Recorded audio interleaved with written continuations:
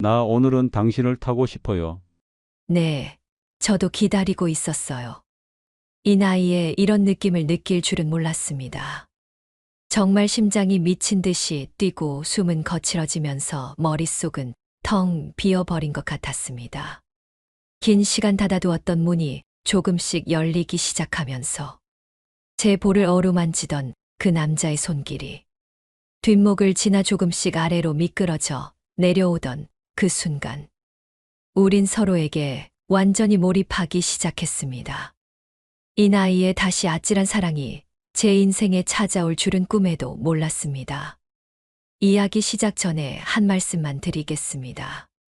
늘 똑같기만 했던 제 인생이 어떻게 통째로 흔들리게 되었는지 지금부터 들려드리겠습니다. 이야기 시작 전에 한 말씀만 드리겠습니다.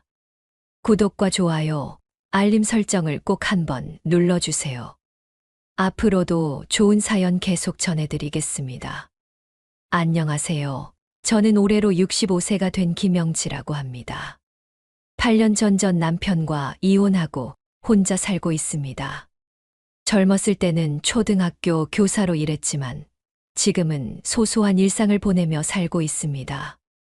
이혼 후 처음 몇 년은 혼자만의 시간이 좋았어요. 누구의 간섭도 받지 않고 싶은 것을 마음대로 할 수 있으니까요. 아침에 눈을 뜨면 가장 먼저 찾아오는 고요함이 좋았고, 텔레비전 채널을 마음대로 돌릴 수 있다는 사소한 자유가 행복했죠.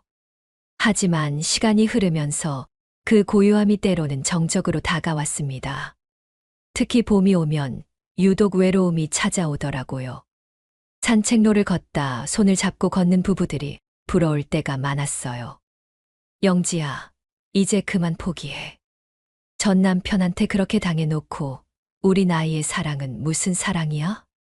앞으로 남자 만날 생각은 다 잊어버리고 그냥 혼자서 취미 활동이나 하면서 살아. 친구들은 그렇게 말하지만 제 마음속엔 항상 꺼지지 않는 불씨 같은 게 있었습니다. 사랑에 대한 갈망이 완전히 사라진 적은 없었거든요. 하지만 현실적으로 생각해보면 제 나이에 새로운 사랑을 만날 확률은 거의 없어 보였어요. 데이트 앱. 그건 젊은이들의 놀이죠. 소개팅. 누가 60대 할머니한테 소개팅을 주선해 주겠어요. 그렇게 체념하며 살던 어느 봄날이었습니다. 그날도 평소와 같이 근처 공원을 걷고 있었어요. 공원 게시판 앞을 지나는데 문득 눈에 띈 전단지 하나. 등산동호회 회원 모집이라고 적혀 있었습니다. 순간 가슴이 두근거렸어요. 젊었을 때 산을 좋아했거든요. 결혼 후에는 그저 먹고 사는 문제만 해결하는 데 정신이 쏠리다 보니 언제부턴가 자연스레 포기했던 취미였는데 문득 그 자유로움이 그리워졌어요. 이런 걸 할 나이가 맞나? 관절도 예전 같지 않은데 넘어지면 어쩌지? 잠시 망설였지만 용기를 내서 전단지에 있는 번호로 전화를 걸었습니다. 전화를 받은 분은 생각보다 친절했어요. 나이가 많아도 괜찮다고, 천천히 다시 배우면 된다고 격려해 주셨죠. 그렇게 처음으로 등산동호회에 나가게 되었습니다. 약속 장소에 도착하니 이미 여러분들이 모여 계셨어요. 대부분 60대 이상이신 것 같았는데 다들 활기차 보였습니다. 처음 보는 사람들 앞이라 조금 긴장되었지만 용기를 내어 인사를 건넸어요. 안녕하세요. 김영지라고 합니다. 앞으로 잘 부탁드릴게요. 오늘 새로 오신 분이시죠? 환영합니다. 등산동호회 회장님은 63세의 박종우 씨였어요. 은퇴한 대학 교수라고 하더군요. 단정한 등산복 차림에 흰 머리를 깔끔하게 넘긴 모습이 첫눈에도 인상적이었습니다. 무엇보다 그분의 눈빛이 참 따뜻했죠. 처음 만난 사람인데도 왠지 모를 편안함을 느꼈어요. 제가 등산을 너무 오랜만에 하는 거라 좀 서툴 수 있을 것 같아요. 괜찮습니다. 옆에서 제가 도와드릴게요. 천천히 따라오시면 됩니다. 종우 씨는 그렇게 말하며 환하게 웃었어요. 그 미소에 저도 모르게 긴장이 풀렸죠. 그는 제가 동호회에 적응할 수 있도록 친절하게 도와주었어요. 등산을 하는 동안 가끔 미끄러질 뻔하면 재빨리 붙잡아 주기도 했고요. 오랜만에 타는 산이었지만 다행히 금방 감을 찾을 수 있었어요. 그날 우리는 북한산 초입부터 중턱까지 약 2시간 정도 등산을 했습니다. 봄바람을 맞으며 오르는 기분이 어찌나 상쾌하던지. 동호회에 나오길 정말 잘했다는 생각이 들었어요.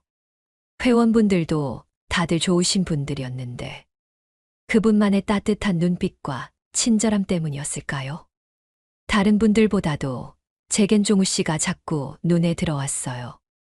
모임이 끝나고 다들 각자의 집으로 돌아갈 때였습니다. 영지 씨, 혹시 방향이 같으면 같이 가도 될까요? 종우 씨의 갑작스러운 제안에 가슴이 두근거렸어요. 사당동인데요. 어디로 가세요? 아, 저도 사당동 근처예요. 그럼 같이 가요.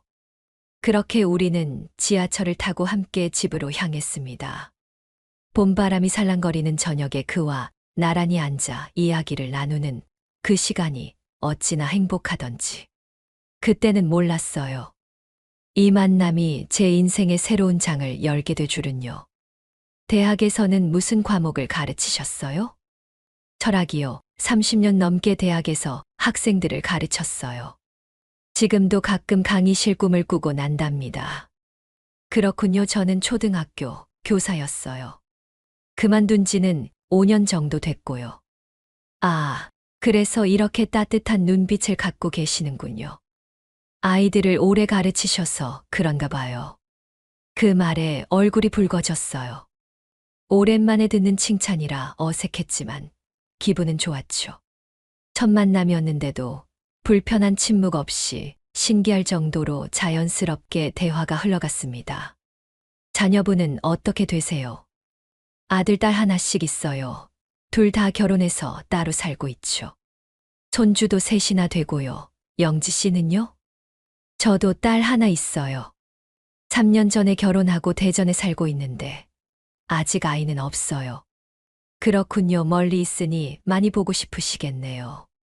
그렇죠. 하지만 요즘은 화상통화도 있고 자주 연락하니까 괜찮아요. 집 근처에 도착했을 때 종우 씨가 물었어요. 오늘 정말 반가웠어요. 다음 주에도 꼭 오세요. 기다리고 있을게요. 헤어지기 전 그가 건넨 말의 순간 심장이 두근거렸어요. 집에 돌아와 거울을 보니 제 얼굴엔 미소가 가득했습니다. 너무 오랜만에 느껴보는 감정이 벅차올라 밤새 잠을 이루지 못했어요. 60대 나이에 다시 느껴보는 설렘이라니. 얼어붙은 줄 알았던 내 심장이 아직 살아있음을 느끼게 해준 따뜻한 봄날의 만남이 너무 감사한 선물 같았습니다. 그렇게 매주 일요일 저는 설레는 마음으로 등산 동호회에 나갔어요. 종우 씨는 항상 옆자리를 비워두고 저를 기다리고 있었죠. 다른 여성 회원분들도 그에게 관심이 많아 보였지만 종우 씨는 유독 저만 챙겨주시는 것 같았어요. 한 달쯤 지났을 때였습니다. 우리 동호회는 평소보다 멀고 높은 산을 오르기로 했죠. 오늘은 좀 더 높이 올라가 볼까요?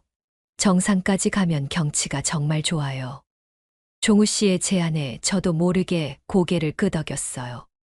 함께 등산을 하는 동안 바람이 제 머리카락을 흩날리고 햇살이 얼굴을 따뜻하게 감싸 주었죠.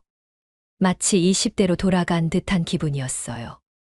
이렇게 자유롭고 행복한 기분은 정말 오랜만이었습니다. 중간에 쉬어가는 산 중턱 벤치에서 종우 씨가 제게 시원한 물 한 병을 건넸어요. 날씨가 더워졌네요. 물 드세요. 감사합니다. 근데 제가 내야 하는데. 오늘은 제가 살게요. 다음번에 영지 씨가 커피 사주세요. 종우 씨의 미소는 참 따뜻했어요. 그 미소를 보고 있자니 마음이 편안해졌죠. 우리는 물을 마시며 산의 경치를 감상했어요. 오고 가는 등산객들, 푸른 나무들, 멀리 보이는 도시의 풍경까지 모든 것이 아름다워 보였어요.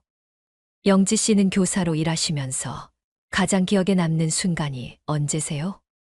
글쎄요, 생각해보니 참 많네요.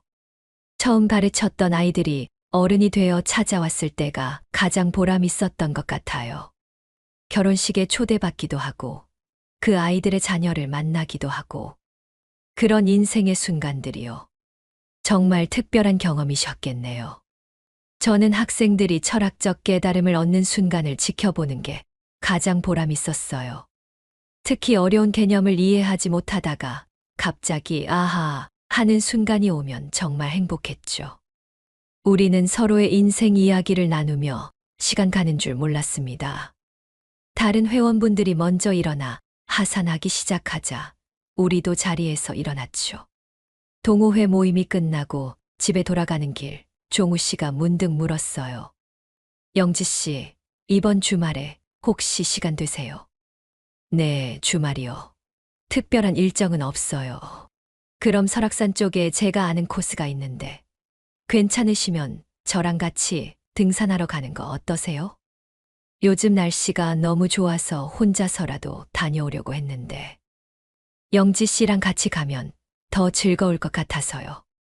순간 심장이 쿵 내려앉는 기분이었어요. 이건 분명 데이트 신청이잖아요? 65세의 나이에 데이트라니. 부끄러움과 설렘이 동시에 밀려오는 기분이었죠. 좋아요. 가고 싶어요. 정말요. 다행이네요. 그럼 토요일 아침 7시 서울역 2번 출구 앞에서 만날까요? 네, 좋아요. 종우 씨의 얼굴에 환한 미소가 번졌어요. 그의 눈빛에서도 기대감이 느껴졌죠. 그날 설악산 가면서 아침 먹을 수 있게 제가 김밥 준비할게요. 네, 알겠어요. 벌써 기대되네요. 그렇게 우리 둘만의 첫 만남이 정해지는 순간이었어요. 집으로 돌아오는 길, 마치 첫 데이트를 앞둔 소녀처럼 들뜬 기분이었죠. 집에 도착해서는 그날 무엇을 입을지, 어떤 가방을 들고 갈지 고민하며 옷장을 뒤졌어요. 한참을 고민하다 편안하면서도 단정한 등산복으로 정했죠. 밤새 잠이 오지 않을 정도로 심장이 뛰었습니다. 마지막으로 이렇게 설렘에 밤을 지새운 게 언제였는지. 기억도 나지 않을 만큼 오래된 일이었죠. 토요일 아침, 저는 평소보다 일찍 일어나 화장도 하고 머리도 신경 써서 정리했어요. 누군가를 만나기 전에 공들여 준비한 건 정말 오랜만이었습니다. 거울 속 제 모습이 어색하게 느껴졌지만 그래도 기분은 좋았어요. 서울역에 도착하니 종우 씨는 이미 와서 기다리고 계셨어요. 평소 동호회 모임 때보다 더 단정한 차림이었죠. 베이지색 등산복과 적당한 크기의 배낭이 참 잘 어울렸어요. 안녕하세요, 종우 씨. 오래 기다리셨어요? 아니요, 방금 도착했어요. 영지 씨야말로 오래 기다리셨죠. 아니에요. 저도 방금 왔어요. 오늘 정말 날씨가 좋네요. 설악산으로 가는 기차를 탔고 우린 창가 자리에 앉았어요. 종우 씨는 손수 준비한 도시락을 준비해 왔어요.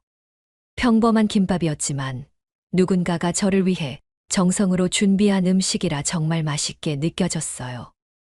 와, 진짜 맛있네요. 종우 씨가 직접 만드신 거예요. 네, 요리는 서툴지만 딸아이가 어릴 때 도시락을 많이 싸줬거든요. 설악산역에 도착하자마자 우리는 곧바로 산행을 시작했어요.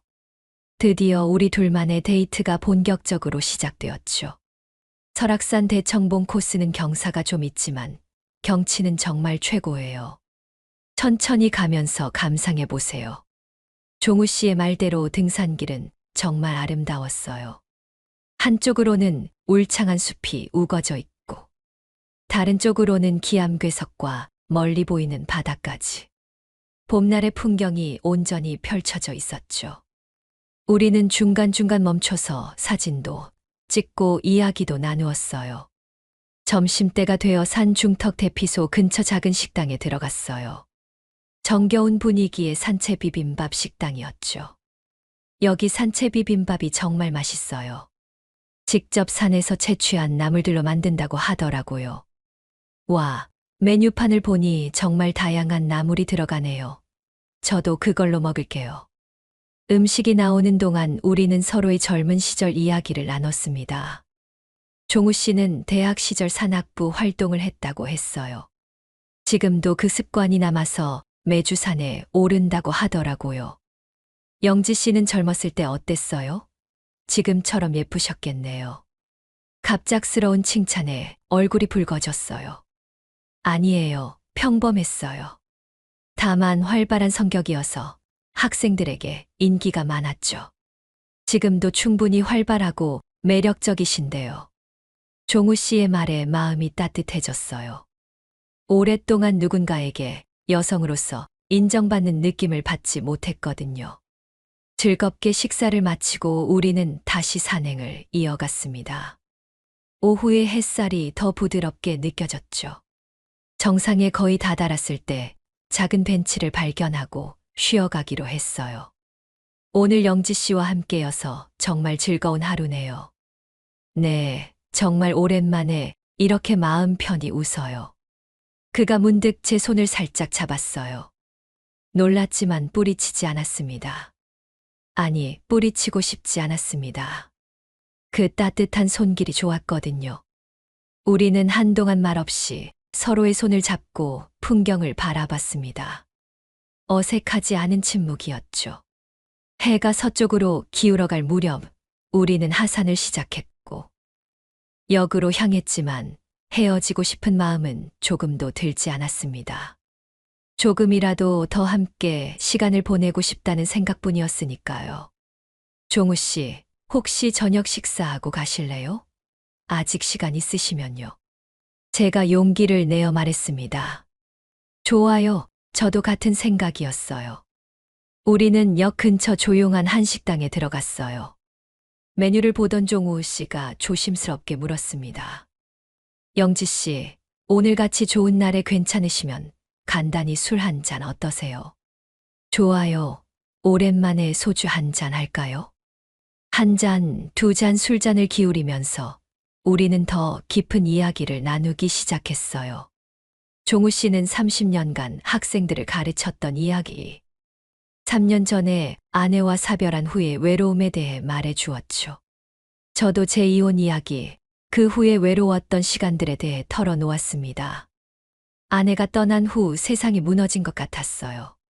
30년을 함께 살았는데 갑자기 떠나버렸으니까요. 처음에는 매일 술만 마셨어요. 아이들이 없었다면 정말 무너졌을 거예요. 그의 눈시울이 붉어졌어요. 저는 그의 손을 살짝 잡아주었죠. 많이 힘드셨겠네요. 저는 이혼이라 조금 달랐지만 그래도 혼자 남겨진 느낌은 비슷했을 것 같아요. 영지 씨는 어떻게 이혼하게 되셨어요? 종우 씨의 갑작스런 질문에 그날의 아픈 기억이 잠시 스쳐 지나갔지만 이젠 다 지난 일이라고 스스로를 다독이며 말했습니다. 남편의 외도였어요. 25년을 넘게 살았는데 어느 날 문자 한 통으로 모든 게 무너졌죠. 저도 혼자 남겨지는 건 정말 외로웠어요. 종우 씨는 제 이야기를 진지하게 들어주었습니다. 공감하는 눈빛이 위로가 되었죠. 사실 영지 씨를 처음 봤을 때부터 마음이 끌렸어요. 그의 갑작스런 고백에 얼굴이 화끈거렸어요. 서로의 눈을 바라보는 순간 모든 말이 필요 없어졌습니다. 그의 눈빛에서 진심이 느껴졌으니까요. 너무나 오랜만에 느끼는 설렘이었습니다. 식사를 마치고 밖으로 나왔을 때는 이미 밤이 깊었어요. 사당으로 돌아가는 막차 시간이 다 되어 서둘러 역으로 향했죠. 지하철을 기다리는 동안 종우 씨가 제 어깨에 자켓을 살며시 걸쳐주며 말했습니다. 밤이 되니 쌀쌀하네요. 감기 걸리지 않게 이거라도 걸치세요. 고마워요. 지하철이 도착해 나란히 앉아서 가고 있는데 잠시 후 어깨가 무거워졌습니다. 종우 씨가 제 어깨에 기댄 채로 살짝 잠이 든 것 같았어요. 그의 따뜻한 숨결이 느껴졌죠. 저는 종우 씨가 깨지 않기를 바라며 그대로 가만히 있었습니다. 그 순간의 행복을 놓치기 싫었거든요. 사당역에 도착했을 때 종우 씨는 깜짝 놀라며 일어났어요. 아이고, 죄송해요. 깜빡 잠이 들었네요. 괜찮아요. 많이 피곤하셨나 봐요. 어느덧 우린 집 앞에 도착했고 한참을 머뭇거리며 헤어지지 못하고 있었습니다. 그동안 나눈 이야기와 감정의 여운이 아직 진하게 남아 있었기 때문일까요? 전 왠지 지금 이 순간을 놓친다면 다신 찾아오지 않을 거라는 생각에 용기를 내어 말했습니다. 괜찮으시면 잠깐 들어오실래요? 제 말에 종우 씨는 잠시 놀란 듯한 표정을 지었다가 곧 부드러운 미소를 지으며 고개를 끄덕였어요.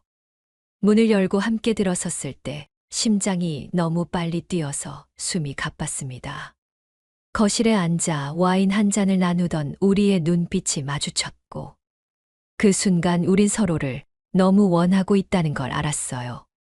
그의 손이 제 얼굴을 감싸 안았고 자연스럽게 입술이 맞닿았죠.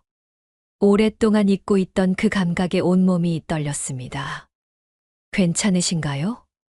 그의 걱정스러운 물음에 저는 확신에 찬 목소리로 대답했어요. 네, 괜찮아요. 당신이랑 함께 있고 싶어요.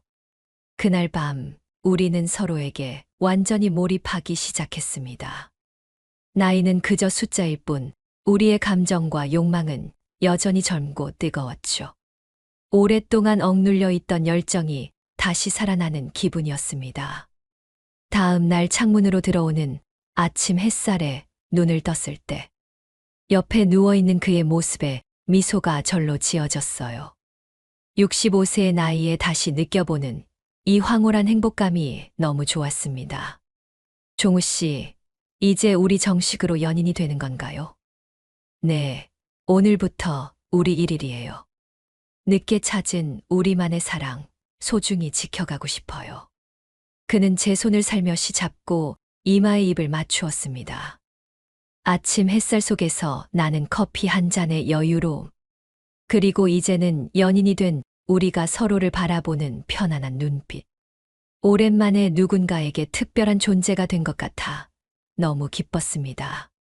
이렇게 다시 설렘과 열정을 느낄 수 있다는 것만으로도 감사했어요.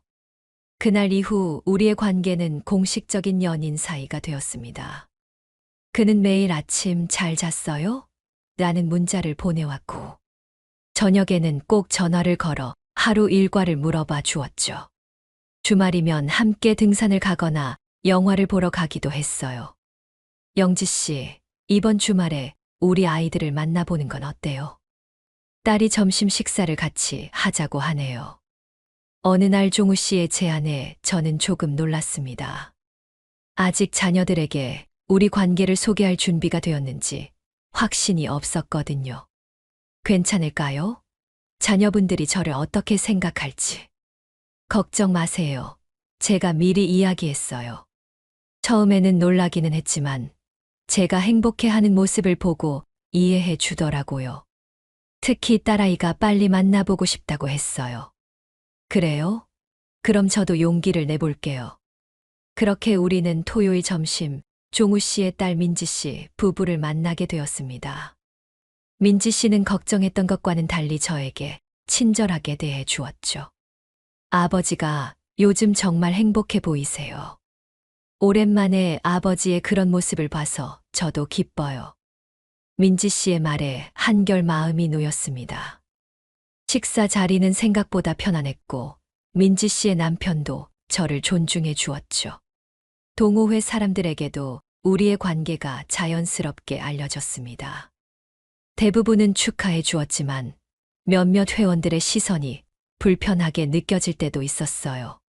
특히 장미영 씨라는 여성 회원은 유독 우리를 볼 때마다 표정이 좋지 않았습니다. 근데 종우 씨랑 영지 씨, 요즘 참 가까워 보이네요. 동호회 모임 후 커피를 마시며 한 회원이 말했어요. 네, 사귀고 있어요.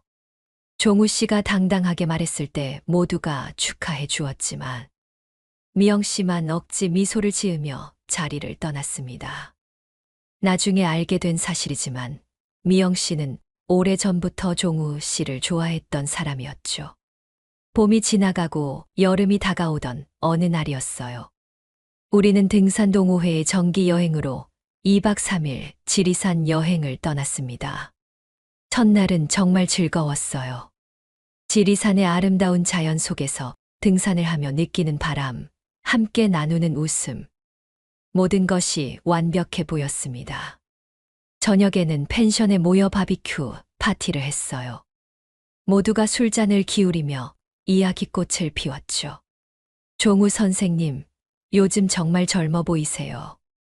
사랑하면 젊어진다더니 그 말이 맞나 보네요. 한 회원이 농담처럼 말했고 모두가 웃었어요. 종우 씨는 수줍게 웃으며 제 쪽으로 눈짓을 했죠. 회원분들도 우리의 관계를 축하해 주는 것 같아 기분이 좋았습니다. 하지만 그날 밤 전혀 예상치 못한 큰 사건이 다가오고 있었습니다.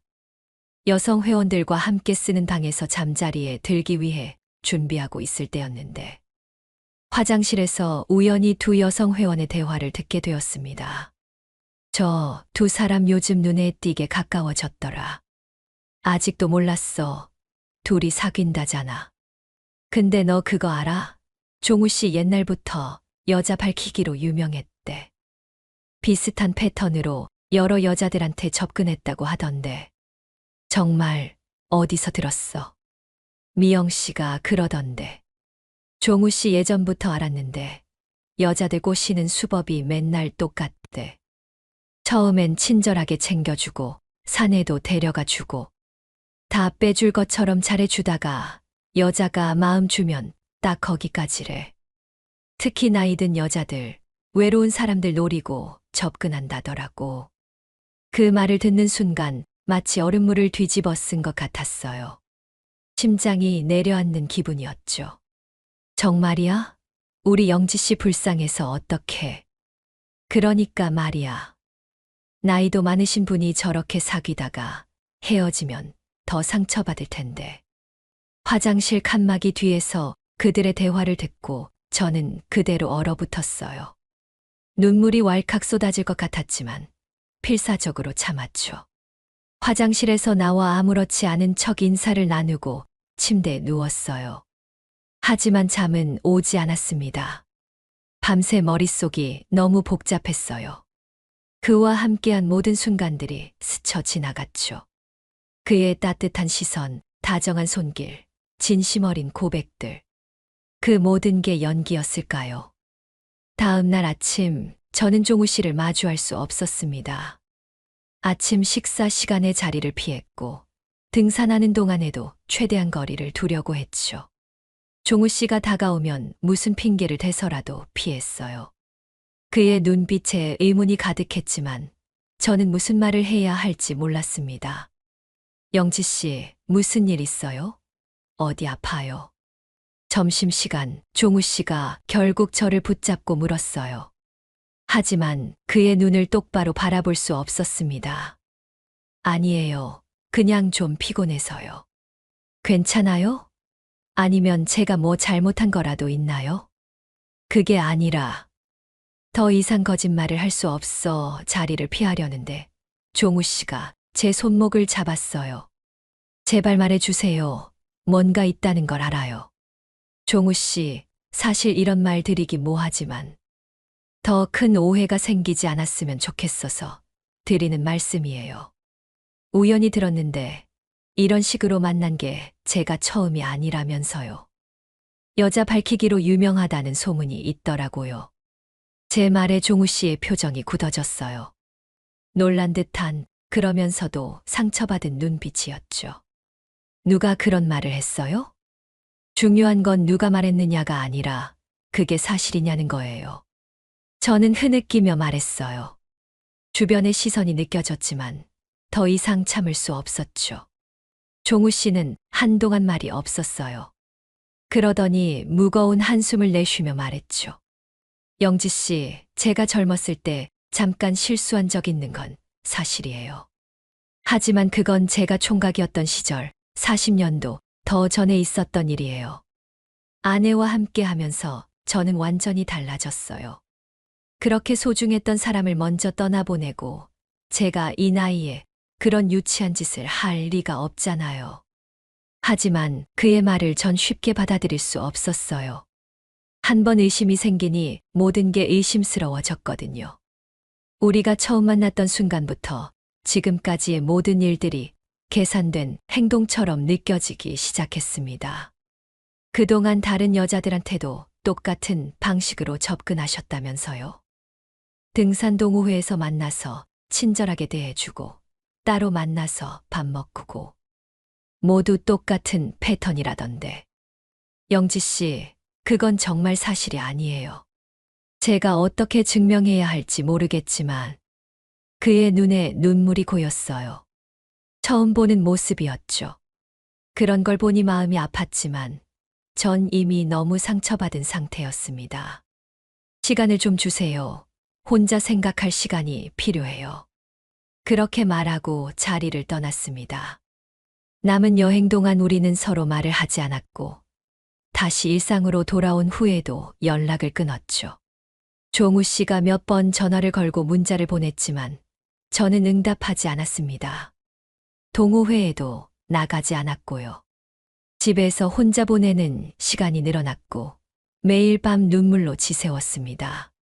한편으로는 종우 씨를 믿고 싶었지만 다른 한편으로는 또다시 상처받는 것이 두려웠습니다. 8년 전 남편의 외도로 인한 상처가 아직도 완전히 아물지 않은 상태였으니까요. 남자한테 그렇게 당해놓고 이 나이에 바보같이 왜 또 사랑놀이나 한 걸까? 스스로를 질책하며 지내던 어느 날이었습니다. 갑자기 초인종이 울려서 문을 열어보니 동호회에서 다른 사람들보다 가깝게 지내던 여성 회원 한 분이 서 계셨습니다. 김수연 씨였죠. 영지 씨, 그동안 안 나와서 걱정했어요. 무슨 일 있었어요? 수연 씨를 거실로 안내했어요. 차를 내오면서 망설이다가 결국 그동안 있었던 일을 털어놓았습니다. 소문에 대한 이야기, 종우 씨와의 갈등, 그리고 제 마음속의 혼란까지. 수연 씨는 제 이야기를 끝까지 듣고 한참을 말없이 있다가 입을 열었습니다. 영지 씨, 제가 사실을 말씀드릴게요. 그 소문은 미영 씨가 영지 씨와 종우 씨 사이를 갈라놓으려고 일부러 퍼뜨린 거예요. 미영 씨가 종우 씨를 오랫동안 혼자 좋아했다는 거 알고 있었어요? 저는 놀라서 고개를 저었어요. 미영 씨는 종우 씨가 영지 씨랑 사귀는 걸 보고 질투했던 거예요. 사실 종우 씨는 동호회에서도 인품이 훌륭하기로 소문이 자자해요. 학생들을 가르칠 때도 학부모들 사이에서 평판이 좋았고요. 그럼 미영 씨가 말한 건 다 거짓말이에요? 네, 종우 씨가 여자 밝히는 바람둥이로 유명했다는 건 말도 안 되는 헛소리예요. 사실 종우 씨는 아내분이 돌아가시기 전까지 정말 헌신적인 남편이었다고 해요. 저희 남편도 같은 대학에서 근무했는데 종우 씨와 교류가 있어서 잘 알아요. 수연 씨의 말에 가슴이 무너지는 것 같았습니다. 제가 얼마나 어리석었는지, 누군가의 악의적인 소문 하나에 소중한 인연을 의심하고 밀어낸 제 자신이 너무 부끄러웠습니다. 그리고 영지 씨, 그거 알아요? 종우 씨가 요즘 너무 힘들어해요. 동호회에 나오면 영지 씨만 기다리고 아무도 없을 때는 혼자 먼 산만 바라보며 눈시울을 붉히더라고요. 미영 씨도 요즘은 자기가 한 짓이 너무 미안한지 불편해 보이더라고요. 종우 씨가 영지 씨를 진심으로 좋아한다는 건 동호회 사람들 모두가 알고 있어요. 수연 씨의 말에 눈물이 왈칵 쏟아졌습니다. 그동안 제가 얼마나 큰 실수를 했는지 깨달았죠. 수연 씨 정말 고마워요. 저 그동안 너무 힘들었거든요. 저 이제 어떻게 하면 좋을까요? 종우 씨를 만나서 솔직하게 이야기하고 푸는 게 어때요? 아직 늦지 않았어요. 저는 수연 씨가 돌아간 후 용기를 내서 종우 씨의 집으로 찾아갔습니다. 비 내리는 저녁 우산을 챙기는 것도 까맣게 잊고 정신없이 그의 아파트 앞에 도착했을 때 마침 종우 씨가 밖으로 나오고 있었어요. 우리의 시선이 마주쳤고 종우 씨는 그 자리에 그대로 멈춰 섰습니다. 한참을 그렇게 쏟아지는 비를 맞으며 서로를 바라보기만 했어요. 종우 씨는 한눈에 봐도 살이 빠지고 수척해진 모습이었습니다. 영지 씨, 떨리는 목소리로 제 이름을 부르는 종우 씨에게 금방이라도 터질 것 같은 눈물을 참으며 다가갔어요. 종우 씨, 정말 미안해요. 제가 너무 바보 같았어요. 종우 씨는 한동안 아무 말 없이 저를 바라보다가 천천히 다가와 우산을 씌워주며 말했습니다. 비 맞으면 감기 들어요. 들어오세요. 조용히 그의 집으로 들어갔어요. 테이블 위에는 먹다만 컵라면이, 바닥에는 소주병들이 굴러다니고 있었습니다. 늘 깔끔하던 종우 씨의 집이라고는 믿기 어려운 모습이었죠. 저 때문에 이렇게 된 것 같아 마음이 아팠습니다. 종우 씨, 정말 미안해요. 제가 너무 어리석었어요. 미영 씨가 퍼뜨린 소문이 다 헛소문이라는 걸 이제 알았어요. 알고 있었어요. 하지만 당신이 저를 믿어주지 않았다는 게 너무 마음 아팠어요. 종우 씨의 말에 더 큰 죄책감이 들었습니다. 제 불안과 의심이 그에게 깊은 상처를 줬다는 것을 깨달았죠. 미안해요, 종우 씨. 제 생각이 너무 짧았어요. 8년 전 이혼했던 그때의 아픔을 다시 겪게 될까봐 전 사실 너무 두려웠거든요. 종우 씨는 깊은 한숨을 내쉬더니 제 손을 살며시 잡았습니다. 괜찮아요. 영지 씨, 그 마음 이해해요. 하지만 저는 아내와 30년을 함께 하면서도 단 한 번도 다른 여자에게 눈길 한 번 준 적 없어요. 알아요. 당신이 그런 사람이라는 걸 이제는 정말 믿어요. 우리는 소파에 나란히 앉아 오랫동안 이야기를 나눴어요. 종우 씨는 젊은 시절의 실수들, 아내와의 삶, 그리고 지금 저에게 느끼는 진심에 대해 모든 것을 털어놓았습니다. 저도 제 불안했던 마음과 외로움, 그리고 종우 씨에 대한 진심을 고백했죠. 종우 씨, 제가 너무 쉽게 흔들렸어요. 우리 나이에 이런 행복이 다시 찾아올 거라고 생각조차 못했거든요. 저도 마찬가지였어요. 아내가 떠난 후에는 다시 누군가를 사랑하는 일은 결코 없을 거라고 생각했거든요. 그런데 영지 씨를 만나고 모든 게 달라졌어요. 당신이 저에게 얼마나 특별한 존재인지 알아주셨으면 해요. 그의 진심 어린 고백에 마음이 녹아내렸습니다. 종우 씨, 우리 이대로 다시 시작해도 될까요? 물론이죠. 앞으로는 더 솔직하게, 더 깊이 서로의 진심을 나누도록 해요. 그날 밤, 종우 씨의 집에서 창문을 두드리는 깊고 맑은 빗소리를 들으며 오랜만에 마음의 평화를 찾은 것 같았습니다.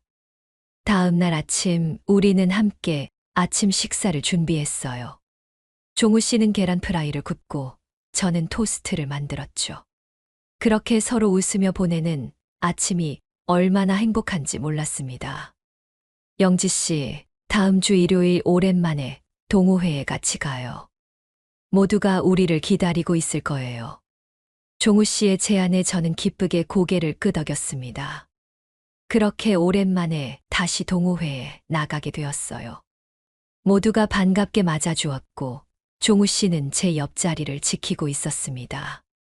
그곳에는 종우 씨가 바람둥이라고 헛소문을 퍼뜨렸던 미영 씨도 있었습니다. 처음엔 불편했지만 저는 용기를 내어 그녀에게 다가갔습니다. 미영 씨, 잠깐 이야기 좀 할 수 있을까요? 둘만의 자리에서 저는 차분히 말했습니다. 미영 씨, 나 종우 씨와 다시 시작하기로 했어요. 미영 씨가 일부러 거짓 소문을 퍼뜨린 것도 알고 있어요. 하지만 같은 여자이기 때문에 저도 이젠 이해하려고 해요. 종우 씨를 많이 좋아했던 거니까요. 하지만 앞으로는 서로 존중하면서 동호회 활동을 했으면 좋겠어요. 미영 씨는 한동안 아무 말도 못하다가 고개를 숙이며 작게 사과했습니다. 미안해요. 제가 너무 이기적이었어요. 내 마음은 끝까지 받아주지 않더니 영지 씨와 행복해 보이는 종우 씨의 모습에 너무 부럽고 질투가 나서 그랬어요. 앞으로는 두 분의 행복을 진심으로 응원할게요. 그날부터 우리 동호회는 다시 평화로워졌고, 저와 종우 씨의 관계도 모두가 축복해 주었습니다. 우리는 매주 같이 산에 오르고 다른 회원들과도 좋은 시간을 보냈어요. 시간이 흘러 단풍이 절정이었던 초가을, 어느 가을날. 종우 씨와 저는 설악산으로 단둘이 여행을 떠났습니다. 아름답게 물든 단풍나무 사이로 등산로를 천천히 걷는 시간이 참 행복했어요. 정상에 올라 탁 트인 경치를 감상하고 있는데 종우 씨가 갑자기 무릎을 꿇었습니다. 영지 씨, 이렇게 늦은 나이에 청혼이 어울리는지 모르겠지만 앞으로 남은 인생을 평생 저와 함께 해 주시겠어요? 작은 반지 케이스를 꺼내 보이는 종우 씨의 모습에 눈물이 났어요. 이 나이에 프로포즈라니 상상도 못했던 일이었죠. 손가락에 조심스럽게 반지를 끼우며 종우 씨가 말했습니다. 이건 산 모양의 반지예요. 우리가 처음 만난 등산 동호회를 추억하고 싶어서요. 그리고 앞으로도 인생이라는 산을 함께 오르자는 의미로요. 마치 시간이 멈춘 듯 평생 잊지 못할 감동적인 순간이었습니다. 저는 고개를 끄덕이며 종우 씨를 꼭 끌어안았습니다. 그 후로 몇 달이 지나고 어느 눈 내리는 겨울날, 우리는 함께 제주도로 여행을 떠났습니다. 겨울산은 조금 쓸쓸해 보였지만 종우 씨의 손을 잡고 있으니 마음은 따뜻했죠. 영지 씨, 우리 나이에 이렇게 행복해도 될까요? 종우 씨의 질문에 저는 웃으며 대답했어요. 당연하죠. 행복할 권리는 나이와 상관없으니까요. 오히려 우리는 더 깊은 행복을 누릴 자격이 있다고 생각해요. 이제 전종우 씨와 둘만의 새로운 인생 계획을 세우고 있습니다. 내년에는 제주도에서 한 달 살기를 해보려고요. 난생 처음 베트남 여행도 가볼 생각이고 손주들과 함께하는 캠핑도 계획 중입니다. 사랑하는 사람과 함께할 꿈과 목표가 있기에 요즘은 하루하루가 너무 행복합니다. 나이가 들어도 사랑은 계속되고 때론 더 깊어지기도 한다는 걸 깨달았기에 인생의 황혼기에 만난 이 사랑이 가장 성숙하고 아름다운 사랑이라는 생각이 듭니다. 여러분, 사랑 앞의 나이는 그저 숫자일 뿐인 것 같습니다. 60대, 70대가 되어도 우리의 심장이 여전히 뛰고 있다면 사랑할 수 있는 능력도 그대로지 않을까요? 여러분도 언젠가 누군가를 사랑하게 된다면 나이와 상관없이 그 마음을 인정하고 용기 내어 표현해 보세요. 어떤 말에도 쉽게 흔들리지 말고 상대방을 있는 그대로의 모습을 믿고 소통해 보세요. 그러면 분명 여러분에게도 인생의 새로운 봄이 다시 찾아올 거라고 믿습니다. 마지막 순간까지 우리는 사랑하고 꿈꾸고 행복할 자격이 있으니까요. 우리에게 주어진 가장 소중한 선물인 바로 지금 이 순간을 마음껏 누리는 여러분 되시기 바랍니다. 오늘의 사연이 마음에 와닿으셨다면 구독과 좋아요, 그리고 알림 설정을 통해 더 많은 이야기에 함께 해주세요. 한 번의 클릭이 저에게는 큰 힘이 됩니다. 그리고 댓글로 여러분의 생각이나 경험도 자유롭게 나눠주시면 좋겠습니다. 오늘도 이야기 끝까지 들어주셔서 진심으로 감사합니다. 행복한 나날 보내세요. 관리비로 월급 주니까 시키는 대로 하라고 했잖아요. 왜 괜히 토를 달고 그래요? 아버지 뻘이면 뭐 어쩌라고요? 일도 제대로 못하면서 나이가 뭐요?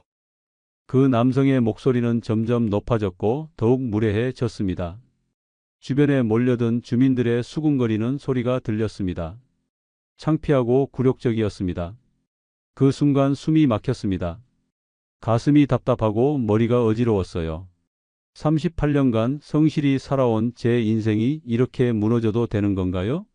이야기 시작 전에 한 말씀만 드리겠습니다. 구독과 좋아요, 알림 설정을 꼭 한번 눌러주세요. 여러분의 작은 관심 하나하나가 제게는 정말 큰 힘이 됩니다. 안녕하세요. 저는 72세 이춘호입니다. 국민연금 85만 원으론 모자라 은퇴 후 저는 다시 출근길에 섰죠. 은퇴한 지 벌써 5년이 흘렀어요. 중견기계 부품 회사에서 38년간 성실히 근무했던 그 시절이 이제는 먼 얘기처럼 느껴졌습니다. 매달 들어오는 국민연금으론 생활비가 빠듯했어요. 아내 순자와 상의를 거듭한 끝에 아파트 경비직에 도전하기로 결심했죠. 면접 당일 손에 땀이 촉촉했습니다. 72세면 너무 늦은 나이 아닌가 하는 걱정이 마음 한편을 짓눌렀어요. 하지만 관리사무소장은 예상보다 친절했습니다. 경력이 좋으시네요. 성실하게 일하시면 됩니다. 합격 소식을 들었을 때 정말 기뻤어요. 늦은 나이에도 쓸모 있는 존재라는 작은 희망이 가슴속에 피어났죠. 아내도 기뻐하며 말했습니다. 여보, 다행이에요. 집에만 계시니까 답답하셨을 텐데. 첫 출근 전날 밤 잠이 오지 않았어요. 38년 만에 맞는 새로운 직장이었거든요. 경비 유니폼을 다시 한번 점검하고 운동화 끈도 새로 묶어봤습니다. 마치 신입사원이 된 기분이었죠.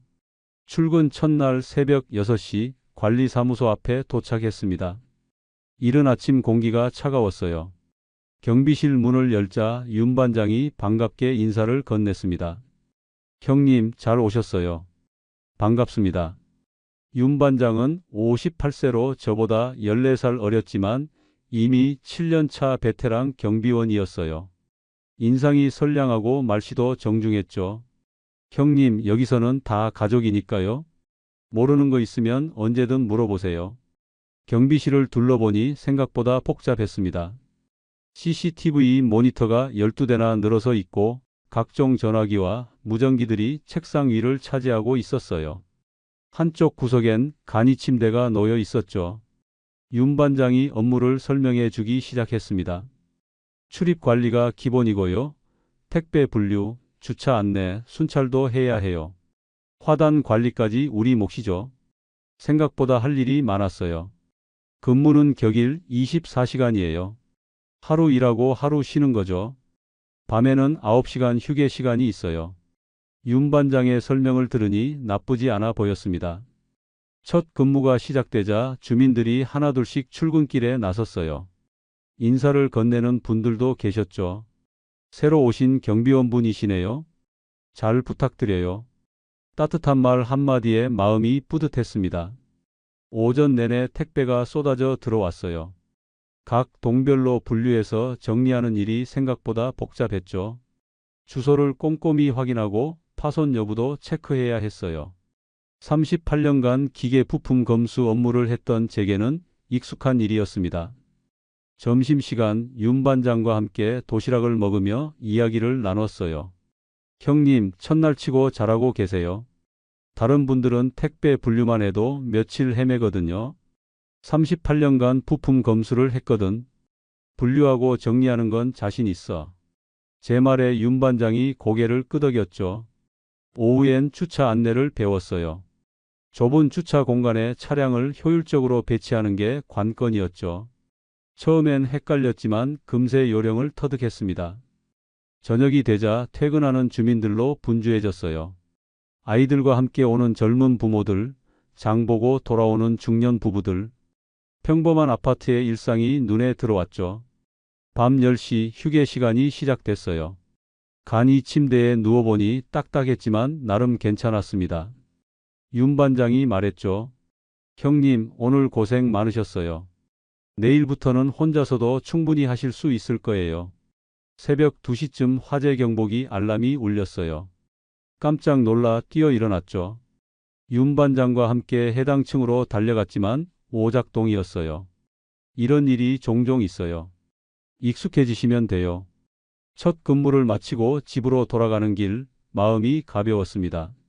물론 피곤했지만 뿌듯함이 더 컸어요. 오랜만에 사회의 일원이 된 기분이었죠. 집에 도착하자 아내가 기다리고 있었어요. 어떻게 되었어요? 아내의 걱정 어린 목소리가 따뜻했습니다. 생각보다 괜찮았어. 윤 반장이라는 분이 잘 가르쳐 주시고 주민들도 친절하셨어. 제 대답에 아내가 안도의 표정을 지었죠. 다행이네요. 무리하지 마시고 천천히 적응해 가요. 아내의 당부가 마음에 와닿았어요. 그날 밤 잠자리에 들며 생각했습니다. 72세에 시작하는 새로운 도전이었지만 해볼 만했어요. 윤 반장 같은 좋은 동료도 있고 규칙적인 생활을 할 수 있을 것 같았죠. 며칠 더 근무해 보니 업무에 점점 익숙해졌어요. 택배 분류도 빨라졌고 주차 안내도 능숙하게 할 수 있었죠. 주민들 얼굴도 하나씩 기억하기 시작했어요.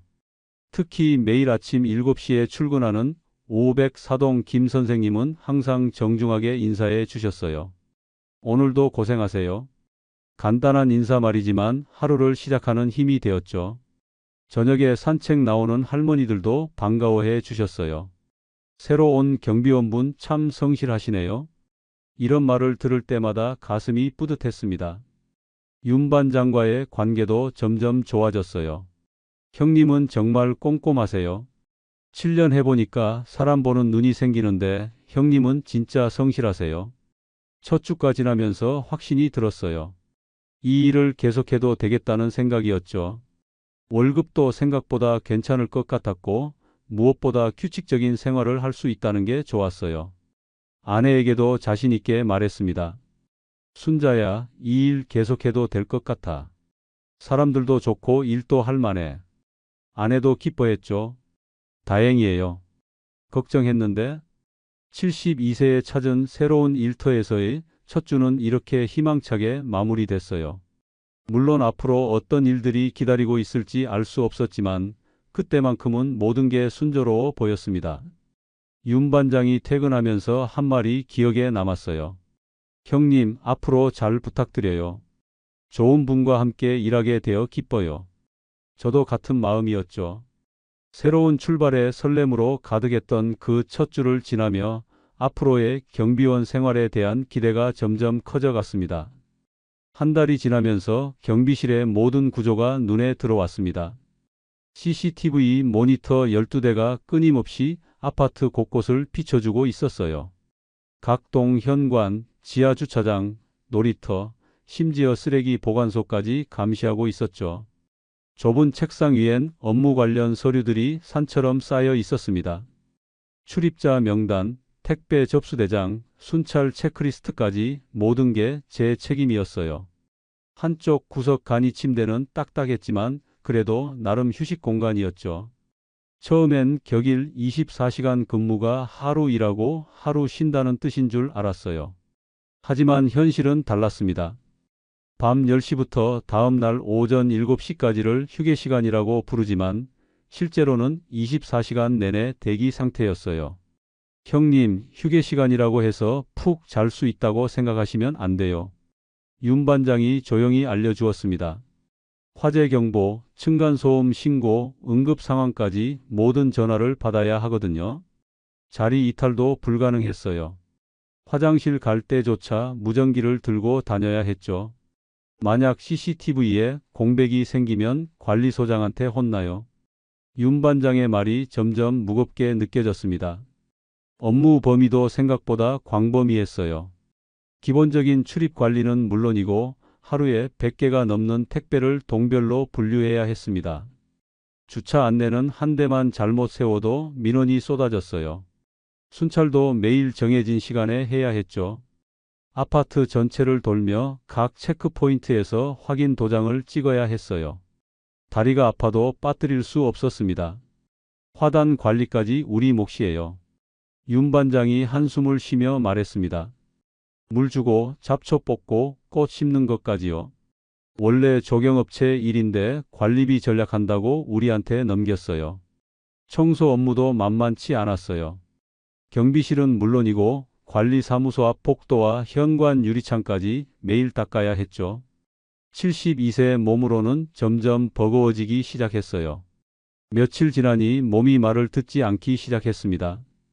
아침에 일어날 때마다 온몸이 뻐근했어요.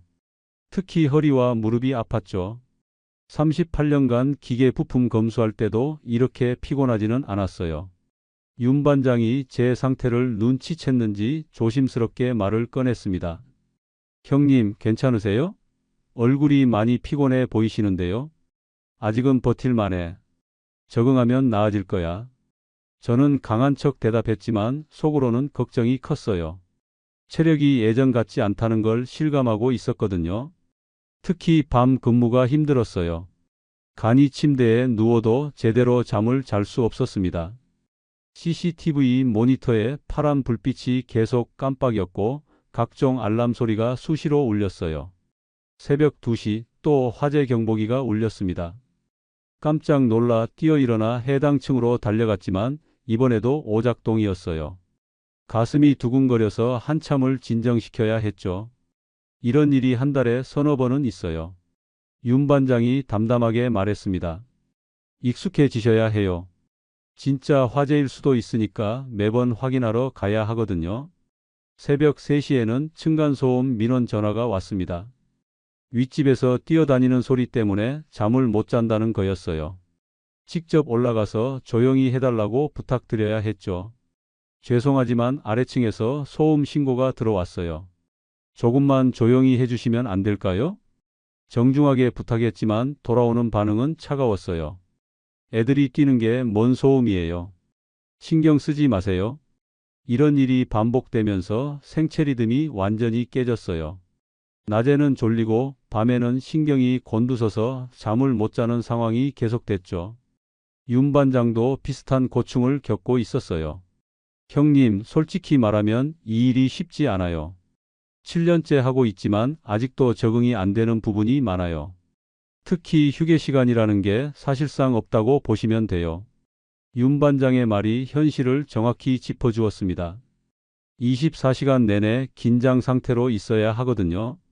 관리소장의 지시사항도 점점 복잡해졌어요. 택배 분류할 때 더 꼼꼼히 하세요. 주민들이 불만을 제기했어요. 하지만 동시에 왜 이렇게 시간이 오래 걸리냐고 재촉하기도 했죠.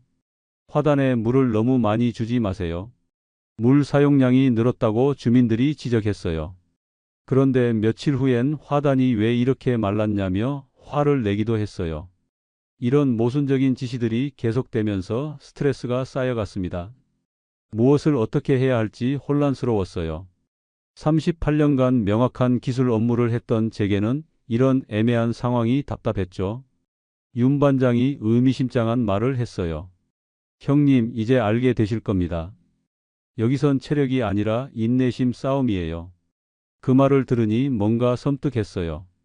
7년차 베테랑의 입에서 나온 말이라서 더욱 무겁게 느껴졌죠. 인내심 싸움이라니 도대체 무엇과 싸워야 하는 거지? 며칠 더 지나니 윤 반장 말의 의미를 조금씩 이해하게 됐어요. 이 일은 단순히 체력적으로 힘든 게 아니라 정신적으로 견뎌내야 하는 일이었어요. 무급 대기 시간, 모순적 지시, 끝없는 책임 요구. 이 모든 것들이 서서히 제 마음을 짓누르기 시작했습니다. 첫 주의 설렘과 희망은 점점 사라지고 있었어요. 그래도 포기할 수는 없었습니다. 아내와 약속했고 생활비도 필요했거든요. 조금 더 버텨보자. 적응하면 나아질 거야. 스스로를 다독이며 또 하루를 시작했어요. 첫 주말이 다가왔습니다. 평일보다 더 바쁠 거라는 윤 반장의 경고가 현실이 되었어요. 토요일 아침부터 민원 전화가 쏟아져 들어왔죠. 경비실이죠? 우리 집 택배가 없어졌어요. 첫 번째 전화부터 심상치 않았습니다. 503동 김씨 댁이었어요. 어제 배송 예정이었던 고가의 전자제품이 사라졌다는 거였죠. 택배 접수 대장을 뒤져봤습니다. 분명히 어제 오후 3시에 도착해서 제가 직접 분류했던 물건이었어요. 503동 택배함에 정확히 넣어뒀는데 어떻게 사라졌을까요?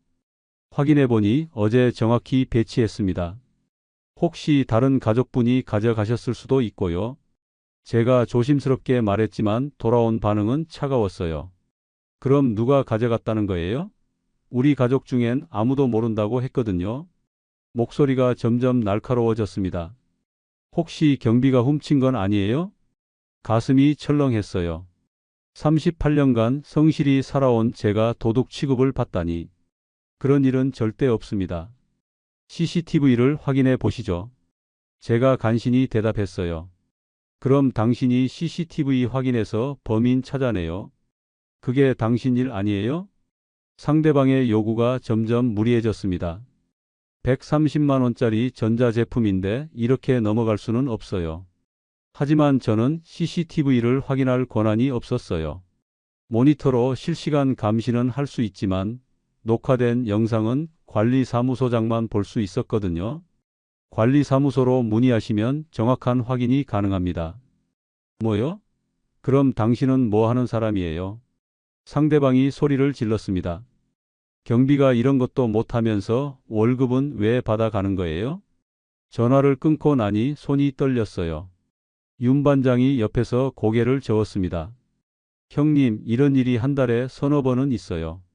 택배 분실 사고는 우리 책임이 아닌데 항상 우리한테 따져요. 두 번째 민원은 더 복잡했습니다. 지하 주차장에서 차량 접촉 사고가 발생했다는 거였어요. 양쪽 차 주인이 모두 경비실로 몰려왔죠. CCTV 보고 누가 잘못했는지 판정 내려요. 한쪽에서 소리쳤습니다. 저 사람이 후진하다가 제 차를 박았어요. 무슨 소리예요? 제대로 주차도 안 해놓고. 다른 쪽에서도 목소리를 높였어요. 경비원이 보고 정확히 말해요.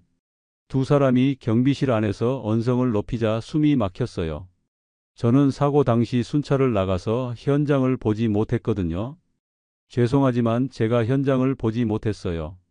CCTV 녹화 영상은 관리사무소에서 확인하셔야 합니다. 그럼 당신은 뭐 하러 여기 앉아 있는 거예요? 30대로 보이는 남성이 책상을 탁 치며 말했습니다. 이런 일 처리하라고 우리가 관리비 내는 거 아니에요? 또 다른 사람도 거들었어요. 맞아요. 경비원이 이런 것도 못하면서 월급은 왜 받아가는 거예요? 관리비가 아깝네요. 제가 할 수 있는 말은 관리사무소로 문의하시라는 것뿐이었어요. 하지만 그 답변을 할 때마다 더 큰 화를 샀습니다. 권한은 없는데 책임만 져야 하는 상황이 반복됐어요. 오후에는 더 가혹한 일이 벌어졌습니다. 40대 여성 주민이 택배 상자를 경비실 책상에 내던지며 들어왔어요. 이거 제대로 분류 안 했네요. 택배를 확인해 보니 주소는 맞았는데 층수가 틀렸어요. 3층인데 13층에 놓여 있었다는 거였죠. 죄송합니다. 다시 확인해서 정확한 곳에 배치하겠습니다. 이런 거라도 제대로 하세요. 그 여성이 날카롭게 말했습니다. 괜히 앉아만 있지 말고요. 우리가 관리비로 월급 주는 건데 이 정도는 해야 하는 거 아니에요? 말을 마치고 나가면서도 중얼거렸어요. 나이 먹은 사람들은 정말 답답해. 그 소리가 제 귀에 또렷하게 들렸습니다. 가슴이 답답했어요. 38년간 기술직으로 일할 때는 누구도 저를 무시하지 않았어요. 오히려 이춘호 대리가 검수한 부품은 믿을 수 있다며 인정받았죠. 지금은 이름도 사라지고 그저 경비라는 옷만 남았어요. 윤 반장이 조용히 다가와 말했습니다. 형님, 너무 마음에 담지 마세요. 원래 다 그래요. 책임만 우리한테 넘기는 자리입니다. 7년 동안 이런 일이 계속된다는 거야? 제가 물었습니다. 그럼 윤 반장은 어떻게 버텨온 거지? 그냥 버티는 거예요. 윤 반장의 대답이 씁쓸했어요. 권한은 없으면서 책임만 지라고 하니까 할 말이 없죠. 관리소장도 주민들 눈치 보느라 우리 편은 안 서주거든요. 저녁 무렵 관리소장이 경비실로 왔어요. 오늘 민원이 많이 들어왔다던데요? 표정이 좋지 않았습니다. 택배 분실이랑 주차장 사고 때문이었어요. 저희가 직접 처리할 수 있는 권한이 없어서 관리사무소로 안내해 드렸는데요. 제가 설명했지만 관리소장의 반응은 차가웠어요. 주민들이 불편해 하잖아요. 좀 더 적극적으로 도와드려야 하는 거 아니에요? 결국 저희 잘못이라는 투였습니다. 앞으로는 이런 민원이 생기지 않도록 더 신경 써 주세요. 권한은 주지 않으면서 책임만 지라는 얘기였어요. 어떻게 해야 할지 막막했습니다. CCTV 확인 권한도 없고 사고 처리 권한도 없는데 무엇을 더 신경 쓰라는 건지 이해할 수 없었어요. 밤이 되어 휴게 시간이 시작됐지만 잠이 오지 않았습니다. 하루 종일 받은 스트레스가 머릿속을 맴돌았어요. 경비가 이런 것도 못하냐. 월급이 아깝다는 말들이 계속 귓가에 맴돌았죠. 간이 침대에 누워 천장을 바라보며 생각했어요. 첫 주의 희망은 어디로 갔을까요? 성실하게 일하면 인정받을 수 있을 거라 믿었는데 현실은 전혀 달랐어요. 새벽 1시 또 층간소음 신고 전화가 왔습니다. 피곤한 몸을 이끌고 해당 층으로 올라갔지만 이미 조용해진 상태였어요. 헛걸음이었죠. 이런 일이 매일 반복되는 거구나. 엘리베이터에서 내려오며 한숨이 나왔어요. 권한도 없고 인정도 받지 못하는 일을 언제까지 해야 할까요? 윤 반장 말이 이제야 이해됐어요. 여기선 체력이 아니라 인내심 싸움이다. 몸이 힘든 건 견딜 수 있어요. 하지만 마음이 부서지는 건 어떻게 견뎌야 할까요? 그날 밤 처음으로 이 일을 그만둘 생각이 들었습니다. 하지만 아내와의 약속, 생활비 걱정이 발목을 잡았어요. 조금만 더 버텨보자. 적응하면 나아질 거야. 스스로를 달래며 또 다른 하루를 준비했습니다. 밤 10시 공식적인 휴게 시간이 시작됐습니다. 하지만 휴게라는 단어가 무색할 정도로 긴장을 늦출 수 없었어요. 간이 침대에 누워도 온몸이 곤두서 있었죠. CCTV 모니터 12대의 파란 불빛이 경비실을 환하게 비췄습니다. 깜빡거리는 화면들이 마치 잠들지 않는 눈처럼 느껴졌어요. 각 동 현관, 지하주차장, 놀이터까지 모든 곳을 감시하고 있었죠. 새벽 1시 30분 첫 번째 비상벨이 울렸습니다. 가슴이 철렁하며 잠에서 깼어요. 203동에서 화재 경보가 발생했다는 신호였습니다. 서둘러 유니폼을 입고 무전기를 챙겨 현장으로 달려갔죠. 계단을 숨 가쁘게 올라가며 생각했어요. 72세의 몸으로 이렇게 뛰어다니는 게 과연 괜찮을까요? 가슴이 두근거리고 다리가 후들거렸습니다. 하지만 멈출 수 없었어요. 203동 3층에 도착해 보니 다행히 오작동이었어요. 하지만 확인하는 데만 30분이 걸렸습니다. 각 층을 돌며 이상이 없는지 체크해야 했거든요. 경비실로 돌아와 보니 새벽 2시가 넘어 있었어요. 간신히 침대에 누웠는데 이번엔 전화가 울렸습니다. 경비실이죠? 위층에서 너무 시끄러워요. 7층 주민의 층간소음 신고였어요. 위층에서 뛰어다니는 소리 때문에 잠을 못 잔다는 거였죠. 지금 확인하러 가겠습니다. 제가 대답했지만 속으로는 한숨이 나왔어요. 겨우 잠들려고 했는데 또 나가야 하다니. 하지만 민원을 무시할 수는 없었습니다. 8층으로 올라가 초인종을 눌렀어요. 죄송합니다. 아래층에서 소음 신고가 들어와서요. 조금만 조용히 해주시면 안 될까요? 정중하게 부탁했습니다. 문을 연 30대 남성의 반응은 차가웠어요. 애들이 뛰는 게 뭔 소음이에요? 아이들이 뛰는 건 자연스러운 거 아닌가요? 전혀 미안해하는 기색이 없었습니다. 그래도 늦은 시간이니까 조금만 배려해 주시면요. 제가 다시 부탁했지만 돌아온 답변은 더 차가웠어요. 신경 쓰지 마세요. 우리가 뭔가 잘못하고 있는 건 아니거든요. 결국 별다른 해결책 없이 내려와야 했어요. 하지만 7층 주민에게는 어떻게 설명해야 할까요? 말씀드렸는데 양해해 달라고 하시네요. 라고 할 수밖에 없었습니다. 그게 해결책이에요? 경비원이 제대로 처리 못하면 관리소장한테 말하겠어요. 7층 주민도 화를 냈습니다. 결국 양쪽 다 불만족인 상황이 되었어요. 새벽 3시가 되어서야 다시 침대에 누울 수 있었습니다. 하지만 마음이 편치 않았어요. 내일 또 민원이 들어올 게 뻔했거든요. 층간소음 문제는 해결책이 없는 경우가 대부분이었습니다. 겨우 잠이 들려는데 이번엔 지하주차장 비상벨이 울렸어요. 또다시 벌떡 일어나 현장으로 달려갔습니다. 지하주차장은 음침하고 추웠어요. 형광등 불빛 아래서 이상이 없는지 꼼꼼히 확인했죠. 다행히 이번에도 오작동이었어요. 하지만 확인하는데 또 30분이 걸렸습니다. 경비실로 돌아오니 새벽 4시였어요. 이제 3시간 후면 아침 근무가 시작되는데 언제 잠을 잘 수 있을까요? 간이 침대에 누워도 잠이 오지 않았습니다. 온몸이 긴장으로 굳어 있었어요. CCTV 모니터의 파란 불빛과 각종 장비의 작동음이 잠을 방해했죠. 알람 소리가 또 울릴까봐 신경이 곤두서 있었어요. 새벽 5시, 이번엔 현관문 센서 오류로 경보가 울렸습니다. 302동 출입문이 제대로 닫히지 않는다는 신호였어요. 추운 새벽 공기를 맞으며 또다시 현장으로 향했습니다. 문을 확인해 보니 센서 접촉 불량이었어요.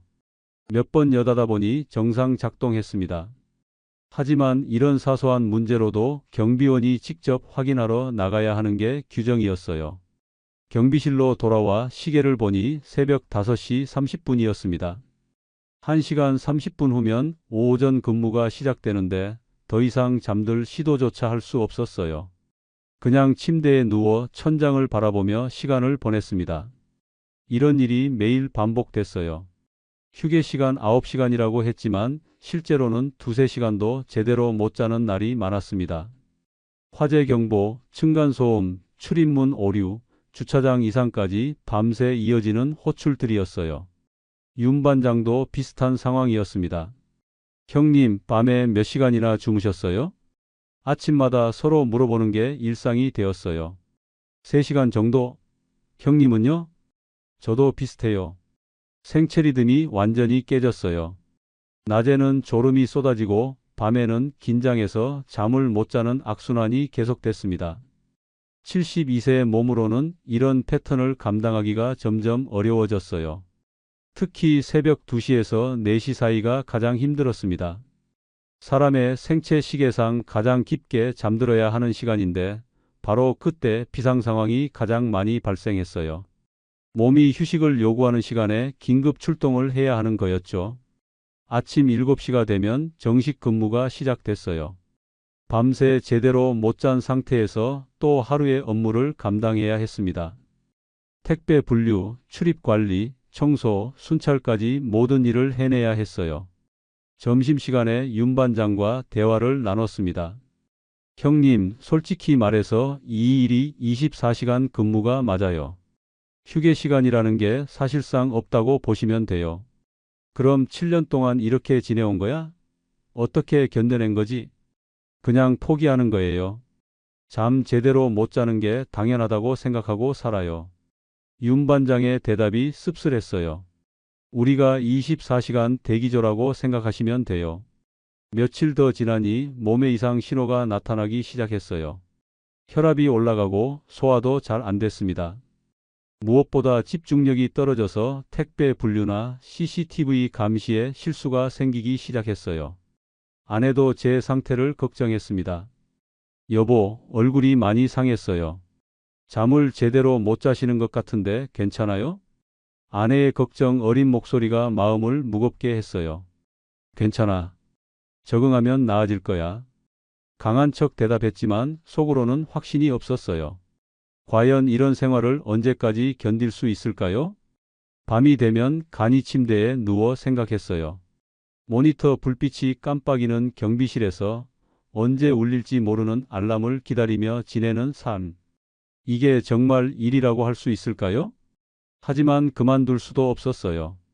생활비가 필요했고 아내와의 약속도 있었거든요. 조금만 더 버텨보자. 스스로를 다독이며 또 다른 밤을 준비했습니다. 월요일 아침 관리소장이 심각한 표정으로 경비실에 들어왔습니다. 택배 분류에 대한 주민 불만이 들어왔어요.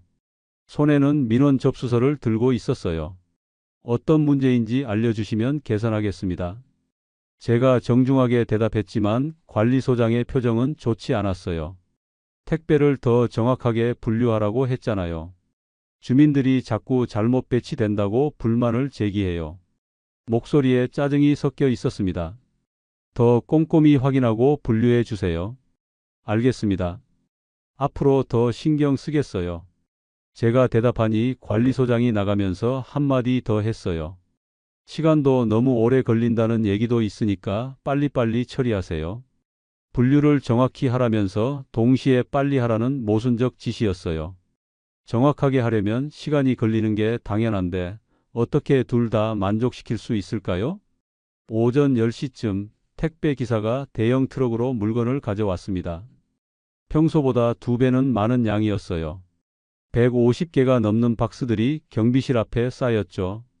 꼼꼼하게 분류하되 빨리 처리하라는 지시를 생각하며 작업을 시작했어요. 하나하나 주소를 확인하고 동과 호수를 정확히 체크했습니다. 72세의 몸으로는 허리가 아팠지만 최선을 다했어요. 2시간이 걸려서 모든 택배를 분류했습니다. 평소보다 30분 더 오래 걸렸어요. 정확성을 높이려다 보니 시간이 더 소요된 거였죠. 오후 2시 관리소장이 다시 나타났습니다. 왜 이렇게 시간이 오래 걸렸어요? 택배 기사가 불만을 제기했어요. 아침에 정확히 하라던 사람이 이제는 속도를 문제 삼았어요. 정확하게 분류하려다 보니 시간이 좀 걸렸습니다. 제가 설명했지만 관리소장은 고개를 저었어요. 시간 관리도 중요한 업무예요. 다음부터는 더 효율적으로 해주세요. 결국 제가 잘못했다는 식으로 말하고 갔어요. 다음 날은 화단 관리 때문에 또 다른 모순적 지시를 받았습니다. 물을 너무 많이 주지 마세요. 이번 달 수도 사용량이 늘었다고 주민들이 지적했어요. 관리소장이 엄하게 말했어요. 알겠습니다. 제가 대답하고 화단에 물을 평소의 절반만 줬어요. 하지만 이틀 후 날씨가 더워지면서 꽃들이 시들기 시작했습니다. 금요일 아침 관리소장이 화를 내며 나타났어요. 화단이 왜 이렇게 말랐어요? 주민들이 보기 흉하다고 불만을 제기했어요. 물 사용량을 줄이라고 하셔서 적게 준 건데요. 제가 설명했지만 소용없었어요. 그래도 꽃이 죽을 정도로 적게 주면 어떻게 해요? 상식적으로 생각해 보세요. 결국 저희가 판단을 잘못했다는 식이었어요. 이런 일이 계속 반복됐습니다. 쓰레기 분리수거도 마찬가지였어요. 분리수거를 더 철저히 하세요. 라고 하다가 시간이 오래 걸리면 왜 이렇게 늦냐고 했죠. 주차 관리도 똑같았어요. 불법 주차를 더 강력하게 단속하라. 그러다 주민과 마찰이 생기면 왜 주민과 싸우냐며 타박했어요. 가장 힘든 건 주민들 앞에서 당하는 모욕이었습니다. 어느 날 오후 503동 앞에서 쓰레기 재분류를 하고 있을 때였어요. 플라스틱과 일반 쓰레기가 섞여 있어서 다시 정리하고 있었죠. 그때 40대 여성 주민이 지나가다 말했어요. 72세면 그냥 집에서 쉬시지 왜 일을 맡았어요? 이런 간단한 것도 제대로 못 하시네. 가슴이 철렁했어요. 다른 주민들이 듣고 있는 상황에서 나이를 들먹이며 무능하다고 하다니. 38년간 성실히 일해온 제가 이런 취급을 받아야 할까요? 죄송합니다. 더 신경 쓰겠습니다. 억지로 고개를 숙이며 대답했어요. 하지만 속으로는 분노가 치밀어 올랐습니다. 며칠 후에는 더 가혹한 일이 벌어졌어요. 택배 분류를 하고 있는데 중학생으로 보이는 학생이 지나가다 말했습니다. 할아버지 빨리 좀 해요. 제 택배 어디 있는지 찾아주세요. 할아버지라고 부르는 것도 서글펐지만 반말로 재촉하는 태도가 더 충격적이었어요. 부모에게서 어른을 대하는 예의를 배우지 못한 걸까요? 잠깐만 기다려주세요. 제가 정중하게 말하며 해당 택배를 찾아줬어요. 하지만 그 학생은 고맙다는 인사도 없이 그냥 가버렸습니다. 윤 반장이 옆에서 지켜보다 조용히 말했어요. 형님, 참는 게 일입니다. 저도 늘 자존심이 부서지거든요. 7년 동안 이런 대우를 받아온 거야? 제가 물었어요. 점점 심해지는 것 같아요. 요즘 젊은 세대는 나이 든 사람을 더 무시하는 경향이 있어요. 윤 반장의 대답이 씁쓸했어요. 가장 충격적인 일은 다음 주에 벌어졌습니다. 전단지 배포 문제로 30대 남성 주민과 실랑이가 생겼어요. 관리사무소에서 허가하지 않은 전단지를 무단으로 붙이려고 했거든요. 죄송하지만 관리사무소 허가 없이는 전단지를 붙일 수 없어요. 제가 정중하게 말했어요. 뭐요? 이런 사소한 것도 허가가 필요해요? 그 남성의 목소리가 높아졌어요. 규정상 그렇게 되어 있어요. 관리사무소에 문의해 보시면 될 것 같은데요. 제가 차근차근 설명했어요. 그런데 그 남성이 갑자기 손가락질하며 소리쳤습니다. 관리비로 월급 주니까 시키는 대로 해요. 괜히 토 달지 마세요. 순간 온몸에 소름이 돋았어요. 관리비로 월급 주니까 시키는 대로 하라는 말에서 저를 돈으로 부린다는 인식이 그대로 드러났어요. 마치 저를 하인 취급하는 것 같았습니다. 규정을 지켜야 하는 게 제 일이에요. 제가 간신히 대답했지만 목소리가 떨렸어요. 규정? 그런 거 필요 없어요. 주민이 부탁하는 건데 못 들어줄 이유가 뭐 있어요? 나이 드신 분이 왜 이렇게 고집이세요? 그 남성이 계속 목소리를 높였어요. 주변에서 다른 주민들이 쳐다보기 시작했어요. 창피하고 굴욕적이었습니다. 72세에 이런 대우를 받아야 하는 현실이 너무 비참했어요. 결국 그 남성은 화를 내며 가버렸고 저는 한동안 그 자리에 서 있을 수밖에 없었어요. 다리가 후들거리고 가슴이 답답했습니다. 윤 반장이 다가와 어깨를 툭 쳤어요. 형님, 괜찮으세요? 너무 신경 쓰지 마세요. 이런 일이 자주 있는 거야? 제가 물었어요. 한 달에 한두 번은 꼭 있어요. 우리를 뭔가 자기들보다 낮은 존재로 보는 사람들이 있거든요. 윤 반장의 말이 현실을 정확히 반영했어요. 그날 밤 집에 돌아가서 아내에게 말할 수 없었어요. 72세에 손가락질 당하며 모욕당한 얘기를 어떻게 할 수 있겠어요? 그냥 오늘도 별일 없었어. 라고 했습니다. 하지만 속으로는 분노와 굴욕감이 끌어올랐어요. 38년간 성실하게 살아온 인생이 이렇게 무시당해야 하는 건가요? 존엄이 점점 무너져 가는 걸 느꼈습니다. 한 달 반이 지나면서 몸과 마음이 모두 한계에 다다르고 있었습니다. 매일 반복되는 모욕과 무시, 모순적인 지시들이 제 정신을 짓눌렀어요. 하지만 결정타는 따로 있었습니다. 화요일 오전 관리소장이 전단지 뭉치를 들고 경비실에 들어왔어요. 이거 각동에 배포해 주세요. 오늘 안으로 끝내야 해요. 아파트 시설 개선 공지였습니다. 알겠습니다. 점심시간에 돌겠어요. 제가 대답했지만 관리소장이 고개를 저었어요. 점심시간 말고 지금 당장 하세요. 주민들이 빨리 알아야 한다고 해요. 급하다는 이유였지만 뭔가 이상했어요. 전단지를 들고 각 동을 돌기 시작했습니다. 1동부터 5동까지 모든 세대에 붙여야 했어요. 72세의 몸으로 계단을 오르내리는 게 점점 힘들어졌습니다. 3동에서 전단지를 붙이고 있는데 40대 남성 주민이 다가왔어요. 뭐 하는 거예요? 목소리부터 불쾌해 보였습니다. 시설 개선 공지를 배포하고 있습니다. 제가 정중하게 설명했어요.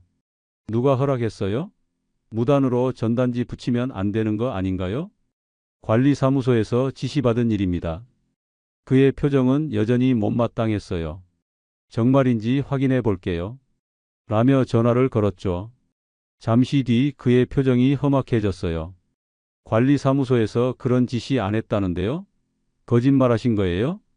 가슴이 철렁했어요. 분명 관리소장께서 지시하셨습니다. 다시 확인해 보겠습니다. 확인은 무슨, 무단으로 붙이고 거짓말까지 하시네요. 급히 관리사무소에 전화했습니다. 소장님, 전단지 배포 건인데 주민이 허가 안 됐다고 하시는데요? 아, 그거요? 방금 계획이 바뀌었어요. 내일로 연기됐어요. 그냥 다시 가져오세요. 황당한 대답이었고 전화는 뚝 끊겼습니다. 주민에게 사과했어요. 죄송합니다. 계획이 바뀌어 내일로 연기됐답니다. 그럼 처음부터 확인하고 오셨어야죠. 이런 식으로 일하시면 됩니까? 다른 동에서도 이미 붙인 전단지를 다시 떼어내야 했어요. 주민들의 시선이 따가웠습니다. 저 경비원 뭐 하는 거야? 하는 수군거림이 들렸죠. 경비실로 돌아와 관리소장에게 따져 물었어요. 왜 미리 말씀 안 하셨어요? 주민들한테 거짓말쟁이 취급받았습니다. 아, 깜빡했네요. 바빠서요. 그런 거 가지고 뭘 그래요? 시큰둥한 반응이었어요. 주민 신뢰가 무너집니다. 라고 하자 소장은 짜증을 냈습니다. 신뢰가 뭐가 중요해요? 일만 하시면 되는 거 아니에요? 너무 예민하세요. 그날 오후 더 큰 사건이 벌어졌습니다. 5동에서 전단지를 정리하고 내려오는데 낯익은 목소리가 들렸어요. 지난번 관리비로 월급 주니까 시키는 대로 해라던 30대 남성이었습니다. 저기요, 경비원. 반말이 이미 기분 나빴어요. 네, 무슨 일이신지요? 정중히 대답했죠.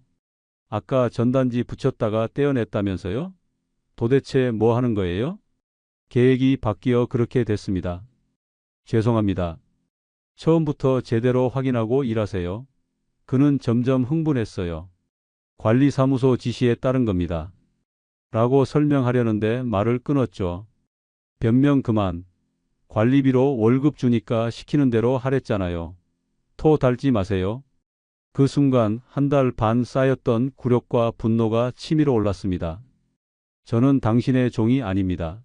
제 목소리가 터져 나왔어요. 72년 살면서 이런 모욕은 처음입니다. 뭐라고요? 나이 먹었다고 특별 대우 받으려는 거예요? 특별 대우가 아니라 기본적인 예의입니다. 저도 사람입니다. 당신 아버지 뻘이에요. 주변에 사람들이 모여들었고 수군거림이 이어졌습니다.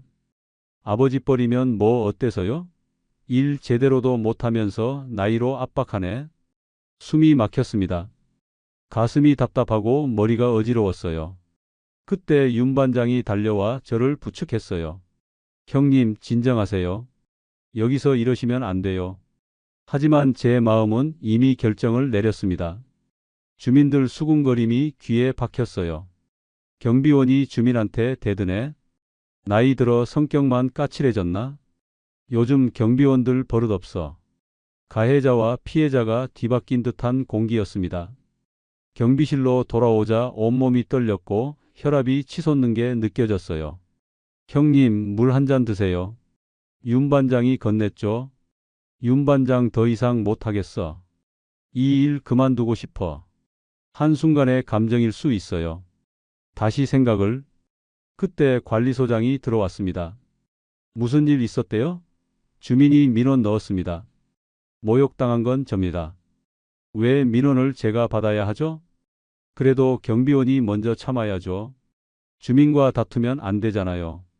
그 순간 모든 게 명확해졌어요. 여기서 저는 영원히 을이었습니다. 무슨 일이 생겨도 우리가 참아야 하고 사과해야 하고 굴복해야 하는 곳. 소장님, 오늘로 그만두겠습니다.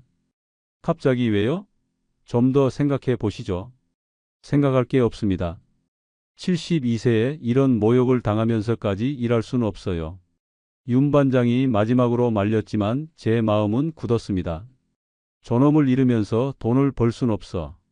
그날 저녁 집에 돌아와 아내에게 모든 걸 털어놓았습니다. 아내는 조용히 듣더니 제 손을 잡고 말했어요. 여보, 잘했어요. 돈보다 중요한 게 있어요.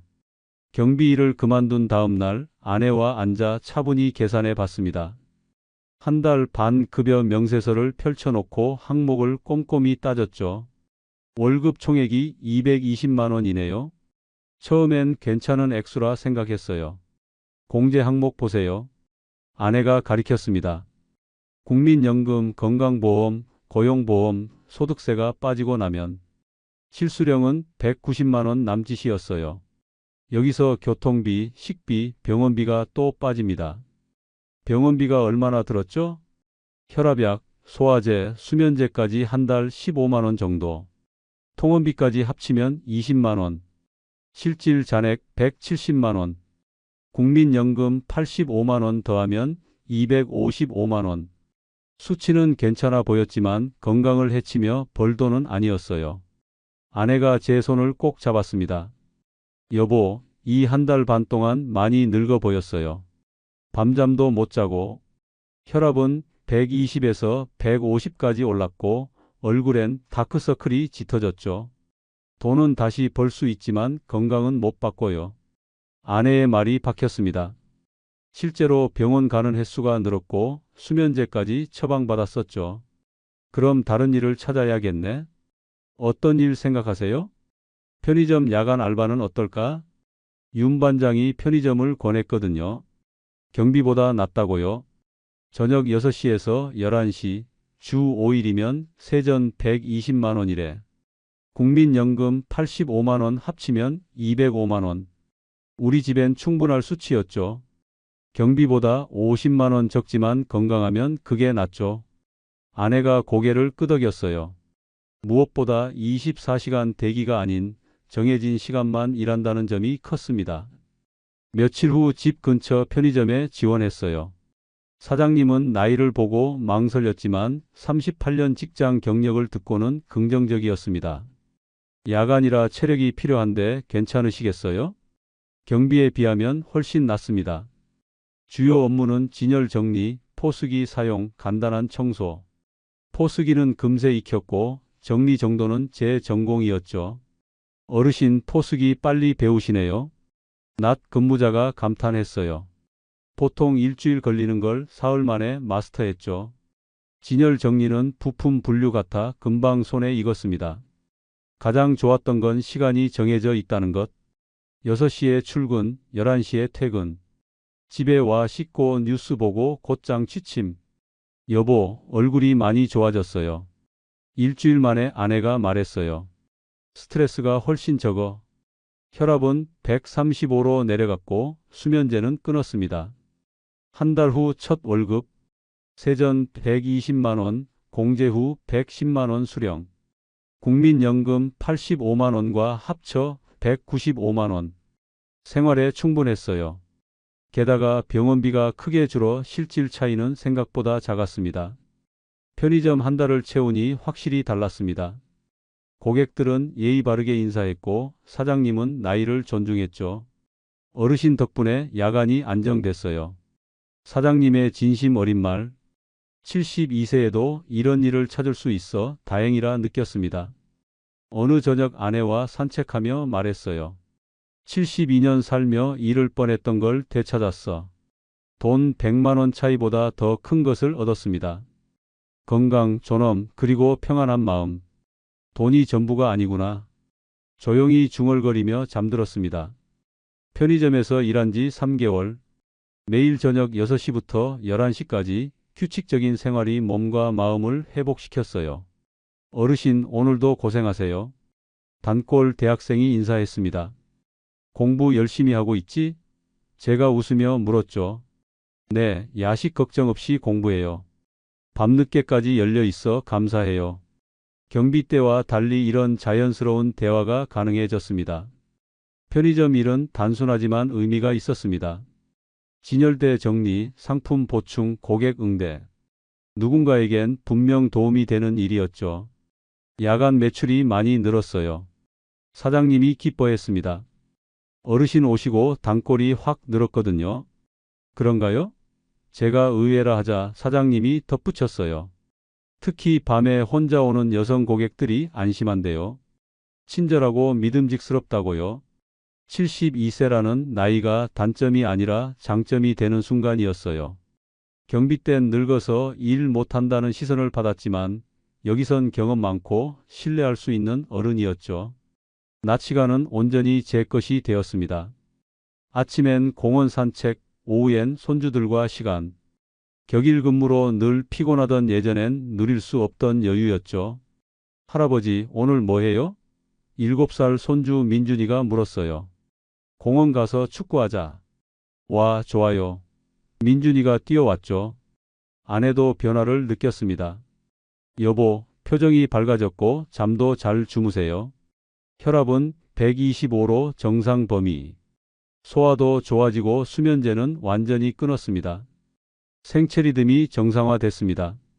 밤 11시 퇴근, 자정 취침, 아침 7시 기상. 24시간 대기하던 경비 시절과는 완전히 달랐죠. 어느 저녁 익숙한 목소리가 들렸습니다. 형님? 돌아보니 윤 반장이었어요. 이 근처 볼일 있어 들렀는데 형님 계시네요. 음료를 들고 카운터로 왔죠. 요즘 어때? 제가 물었어요. 그냥 그래요. 더 힘들어진 느낌. 윤 반장이 한숨을 쉬었어요. 여기서 3개월째야. 훨씬 낫더라. 부럽네요. 형님 얼굴 많이 좋아지셨어요. 여기서가 더 사람답죠? 그래. 나이를 존중해주고 시간이 정해져 있고. 윤 반장은 말끝을 흐렸습니다. 저도 언젠가는. 늦지 않았어. 다른 길을 찾아봐. 제가 조심스레 권했죠. 몇 달 뒤 윤 반장도 결국 경비 일을 그만두고 다른 일을 찾았다는 소식을 들었습니다. 편의점 6개월째 되던 날 사장님이 불렀어요. 정말 고마워요. 야간이 완전히 안정됐어요. 앞으로도 부탁드려요. 인정과 존중을 받는 감각이 얼마나 소중한지 깨달았습니다. 돈의 액수가 아니라 어떤 환경에서 일하느냐가 훨씬 중요했어요. 72세에 이런 깨달음을 얻을 줄 몰랐습니다. 노인은 짐이라는 편견에 제가 갇혀 있었던 건 아닐까? 실제로는 제가 할 수 있는 의미 있는 일이 여전히 많았죠. 포스기, 재고 관리, 고객 응대. 새로운 것들을 배우며 아직 배울 수 있구나를 체감했습니다. 나이가 성장을 막지 않는다는 사실이 고마웠어요. 무엇보다 존엄을 되찾았습니다. 손가락질과 반말, 무시는 사라졌고 한 인간으로서 존중받았죠. 72세에도 새로운 시작이 가능하구나. 늦은 나이라는 핑계보다 나에게 맞는 일을 찾는 용기가 필요했을 뿐. 집에 돌아와 아내와 차를 마시며 말했어요. 순자야, 정말 잘한 선택이었어. 돈보다 중요한 걸 깨달으셨잖아요. 아내가 웃었습니다. 72세에도 배웠어. 돈보다 중요한 건 나를 지키는 존엄과 마음이 편한 일터라는 걸. 마지막으로 이 말을 전하고 싶습니다. 혹시 이 이야기를 듣는 분들 중 저와 비슷한 고민을 하는 분이 있다면 포기하지 마세요. 나이는 숫자일 뿐입니다. 자신에게 맞는 일, 존중받는 일터는 반드시 있습니다. 계속 찾고 계속 도전하세요. 이 이야기가 조금이라도 도움이 되었다면 좋겠습니다. 구독과 좋아요, 알림 설정 부탁드리고 댓글로 여러분의 이야기도 들려주세요. 함께 응원하며 새로운 길을 찾아가면 좋겠습니다. 72세, 아직 늦지 않았어요. 새로운 시작은 언제든 가능합니다.